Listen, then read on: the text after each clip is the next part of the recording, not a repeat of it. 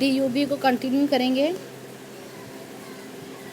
Next topic है atrophy of the endometrium.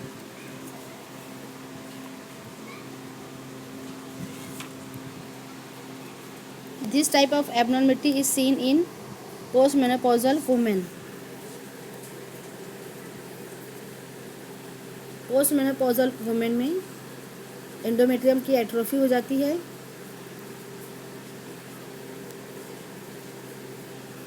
और atrophic surface of the epithelium के beneath vessels dilated होते हैं, कैपिलरीज डायलेटेड होती है और ये डायलेटेड कैपिलरीज अगर रप्चर हो जाए तो ये ब्लीडिंग का सबब बनती है।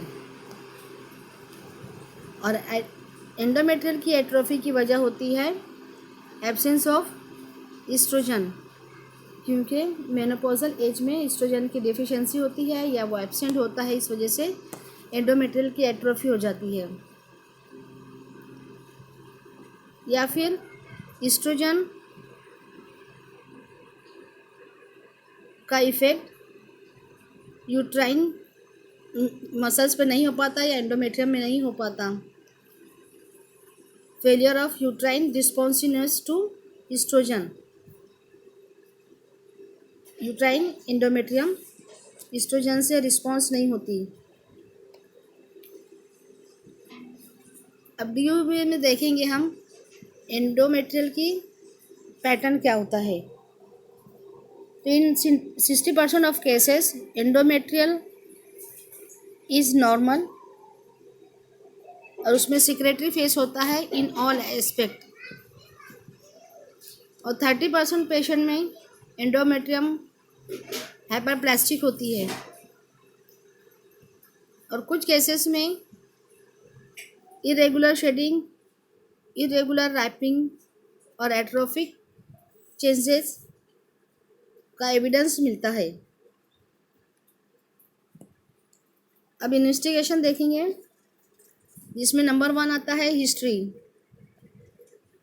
हिस्ट्री में सबसे पहले हम देखेंगे कि ब्लीडिंग इज़ फ्रॉम वजाइना और यूरेथ्रा और रेक्टम। कंफर्म कर लेंगे कि ब्लीडिंग वजाइना से ही आ रही है। फिर नेक्स्ट हम उसका असेसमेंट करेंगे। अगर ब्लीडिंग एक्सेसिव है तो उसका असेसमेंट करने के लिए हमको नंबर ऑफ पैड्स यूज़ हुआ है वो देखेंगे। पासेज ऑफ क्लॉट्स, उसकी साइज़ और number and duration of bleeding, कितनी दिनों तक की ब्लीडिंग हुई है उसकी ड्यूरेशन से हम ब्लीडिंग का अमाउंट मालूम कर सकते हैं। एक्सेसिव ब्लीडिंग है तो उसके लिए हमको क्लॉट्स की साइज़ और नंबर भी मालूम करना होगा। नेक्स्ट आता है एस्टिमेशन ऑफ हीमोग्लोबिन, HB करवाएंगे। उसके बाद मेंस्ट्रुअल एब्नॉर्मलिटी की का नेचर क्या है वो उसका इंक्वायर करेंगे। साइक्लिक है या असाइक्लिक ब्लीडिंग है और उसका रिलेशन प्यूबर्टी से क्या है वो देखेंगे। इसी के साथ में प्रेगनेंसी की कोई इवेंट्स हैं, जैसे पेशेंट कंप्लेन करेगा 1.5 मंथ या 2 मंथ का मेनोरिया था उसको, उसके बाद उसको ब्लीडिंग शुरू हो गई। लास्ट में हम पूछेंगे उसका normal cycle, last normal cycle कब आया था या उसकी डेट क्या थी। और अगर पेशेंट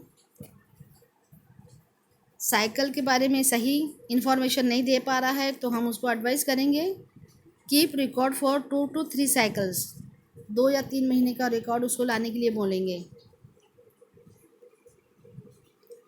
इसी तरह कोई इमोशनल अपसेट है या सेक्सुअल प्रॉब्लम है उसके बारे में पूछेंगे। नेक्स्ट आता है कॉन्ट्रासेप्टिव मेथड्स को यूज़ हो रहा है, ओरल पिल्स या पेशेंट IUD इंसर्शन करवाई है। नेक्स्ट आता है ब्लीडिंग की जो अदर साइड्स है, कहीं और से उसको एबनॉर्मल ब्लीडिंग होती है, जैसे ब्लीडिंग गम्स या एपिस्टेक्सिस। नेक्स्ट आता है थोरो जनरल एग्जामिनेशन, जनरल एग्जामिनेशन अच्छे से करेंगे एंड सिस्टमिक एग्जामिनेशन। इसके बाद इंटरनल एग्जामिनेशन करेंगे जिसमें बायमैनुअल एग्जामिनेशन और स्पेकुलम एग्जामिनेशन दोनों इंक्लूड होता है। नेक्स्ट आता है इन्वेस्टिगेशन।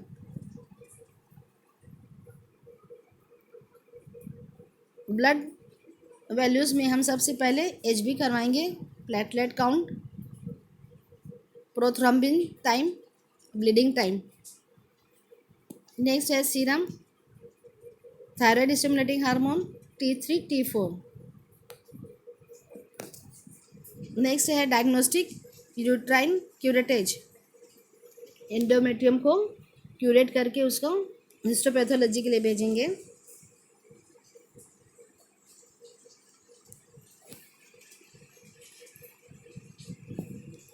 नेक्स्ट आता है टू सी इनकम्प्लीट अबॉर्शन या एंडोमेट्रियल पॉलिप या ट्यूबरकुलर मेट्राइटिस या एंडोमेट्रियल कार्सिनोमा। ये कोई डिसीज़ है तो इसको हम एक्सक्लूड करेंगे, देखेंगे। और कभी कभी यूट्राइन क्यूरेटेज थेरापेटिक बेनिफिट भी देता है DOB में।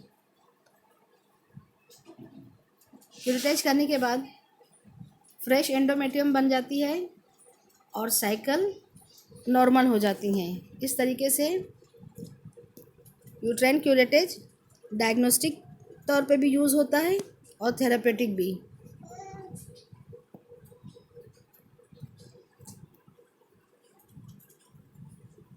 एडोलेसेंस में ब्लीडिंग को बंद करने के लिए इस्तेमाल के लिए भी ये किया जाता है। और चाइल्ड बियरिंग पीरियड में एंडोमेट्रियल कार्सिनोमा देखने के लिए करते हैं। DNC करने के बाद हम उसको हिस्टोपैथोलॉजी के लिए भेजेंगे वो मटेरियल को, तो उसमें कार्सिनोमा की डायग्नोसिस हो जाएगी। इसी तरह प्री मेनोपॉजल वुमेन में एंडोमेट्रियल कार्सिनोमा या मैलिग्नेंसी देखने के लिए की जाती है। और पोस्ट मेनोपॉजल में एंडोमेट्रियल मैलिग्नेंसी। क्यूरेटेज के बाद नेक्स्ट इन्वेस्टिगेशन आता है अल्ट्रासाउंड और कलर डॉपलर। USG करवाएंगे हम तो एंडोमेट्रियल की थिकनेस मालूम हो जाएगी, उसमें हाइपरयोइक और इरेगुलर आउटलाइन मिलेगी हमको, और एंजियोजेनेसिस की फाइंडिंग मिलेगी। नेक्स्ट इन्वेस्टिगेशन है हिस्टेरोस्कोपी।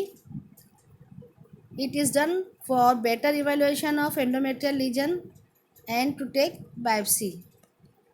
लीजन एंडोमेट्रियल का हमको अच्छे से दिखाई देगा और उसी वक्त हम बायोप्सी के लिए मटेरियल ले सकते हैं। नेक्स्ट इन्वेस्टिगेशन है laparoscopy. It is done to exclude endometriosis, pelvic intrametric disease and ovarian tumour.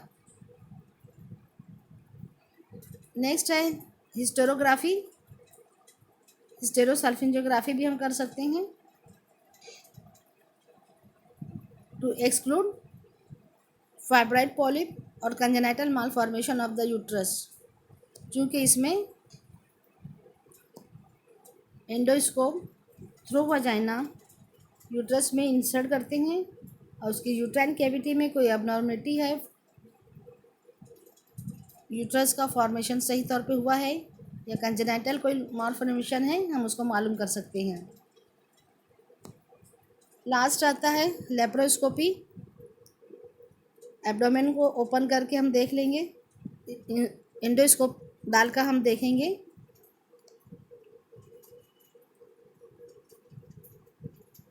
Next आता है मैनेजमेंट। मैनेजमेंट को 4 ग्रुप में डिवाइड किया गया है। DUB in pubertal and adolescence age, second reproductive period, third premenopausal and last postmenopausal। Number 1 देखते हैं